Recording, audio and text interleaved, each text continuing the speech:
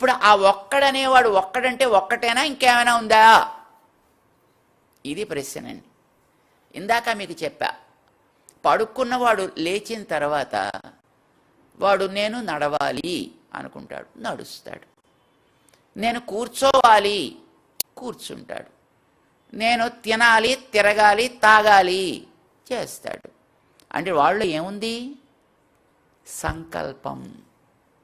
ఏముంది వాడిలో? సంకల్పం, ఒక కోరిక. ఈ కోరికనే మన వాళ్ళు కామము అని అంటారు. ఈ క్షణము లేక కామము అని అంటారు. That means a desire, a will, a thought. అంటే that person, the one which you call as the cause, is with a will, is with a thought. He is not something, just a single object with nothing. No. He is with a will. He is with a desire. But sometimes he desires. Sometimes he may not desire. That's his choice. That is, nothing to do with you and I.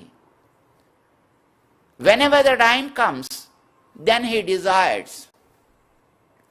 తదైక్షత, వేదం చెప్తోంది, తదైక్షత, ఆయన సంకల్పం చేసెను. ఏమని?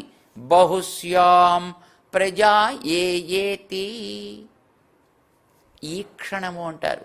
దీన్నే మరొక చోట వేదంలోనే so కామయత బహుశ్యాం ప్రజా ఏయేతి. దానికి పేర్లు మార్చింది, but action is the same. అది కామం అనండి, లేదా ఈ క్షణం అనండి, it's a desire. There is a will in him. So the universe emanated from him. ఆయనలోంచి బయటికి వచ్చాను. అంటే ఇప్పుడు ఆయన ఎలా ఉన్నాడు? ఆయన ఒక విశిష్టమై ఉన్నాడు. దేంతో విశిష్టమై ఉన్నాడు? ఒక ఆలోచనతోటి, ఒక కోరికతోటి, ఒక సంకల్పముతోటి తాను విశిష్టుడై ఉన్నాడు. ఏం చేయడానికి? సృష్టి చేయడానికి. సంకల్పం ఒక్కటి, ఆయన ఒక్కడు. దీన్ని మనం నిజానికి చూడలేమండి. దేవుణ్ణి మనం చూడలేమండి. ఇవాళ పొద్దున్న మనం చూసినటువంటి ప్రజెంటేషన్లో దేవుణ్ణి మనం చూడగలమా లేదా అని ఒక ట్రయల్ వేసి చూసామండి. మన ఇంటినే మనం చూడలేం కదా.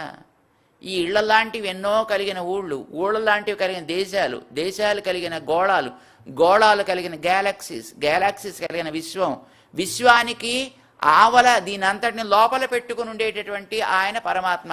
ఆయన మనం ఇలాంటి షేప్ అని చూడగలమండి? You can't see the shape of God. You can not. But that's okay. He comes down and he takes a shape for your sake, then you can see him. మన కోసం ఒక రూపు దాలిస్తే అప్పుడు మనం చూస్తాం, లేకపోతే మనం చూడలేమని ఈరోజు పొద్దున మనం ఒక చిన్న దృశ్యాన్ని మనం చూడడం జరిగింది. ఇంత పెద్దవాడికి ఒక పెర్సానిఫికేషన్ చేస్తాం, ఒక ఆకృతి కల్పన, ఒక రూపాన్ని మనం ఏర్పరుస్తాము. ఎలా? మనం ఎలా ఉంటాం అట్లానే. మనం ఎలా ఉన్నాం? మనకి కాళ్ళు ఉన్నాయి, చేతులు ఉన్నాయి, తల ఉంది. అంచేత ఆయనకు కూడా బహుశా ఇలానే ఉండొచ్చు అని అనుకుంటూ ఆయనకు కూడా ఒక తల, కళ్ళు, ముక్కు, నోరు, మెడ, చెస్ట్, చేతులు, కాళ్ళు. We create all these kind of limbs to him, and then we start feeling the presence of God there. It's not just an imagination. It's not just a kind of projection. Because he is all pervasive, so he is very much even there also. But you have created a form for him.